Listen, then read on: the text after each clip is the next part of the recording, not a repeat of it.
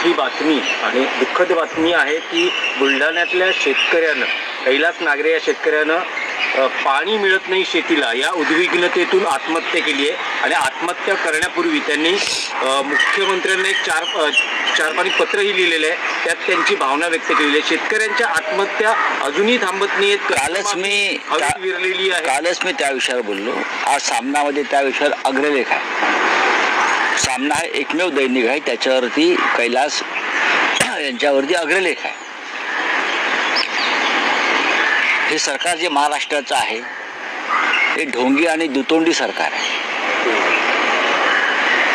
शेतकऱ्यांच्या प्रश्नावर, पाण्याच्या प्रश्नावर, अशा अनेक प्रश्नांवर हे आतापर्यंत त्या सरकारने तोंड उघडलेलं नाही। हे सरकार बाकी सर्व प्रश्नांवर बोलत आहे, सगळ्या प्रश्नांवर बोलेल, राजकीय प्रश्नांवर बोलेल, व्यक्तिगत प्रश्नांवर बोलतील, विरोधकांवर बोलतील, पण शेतकऱ्यांच्या आत्महत्यांवरती हे सरकार बोलायला तयार नाही। बुलढाण्यातल्या ज्या तरुण शेतकऱ्याला, त्याला कृषी क्षेत्रातला पुरस्कार मिळाला होता, बरोबर ना? त्यानं राज्याच्या मुख्यमंत्र्यांशी, कृषी मंत्र्यांशी अनेकदा संवाद साधण्याचा प्रयत्न केला प्रश्नांविषयी, त्याला प्रतिसाद मिळाला नाही आणि शेवटी वैफल्यग्रस्त होऊन त्याने आत्महत्या केली।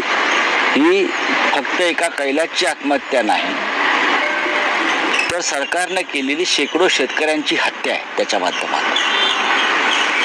कैलासच्या आत्महत्येचं पातक या सरकारवर आहे आणि या सदोष मनुष्यवधाचा गुन्हा कोणावर दाखल करावा, कैलास यांच्या, त्याचा खुलासा राज्याच्या मुख्यमंत्र्यांनी करणं गरजेचं आहे।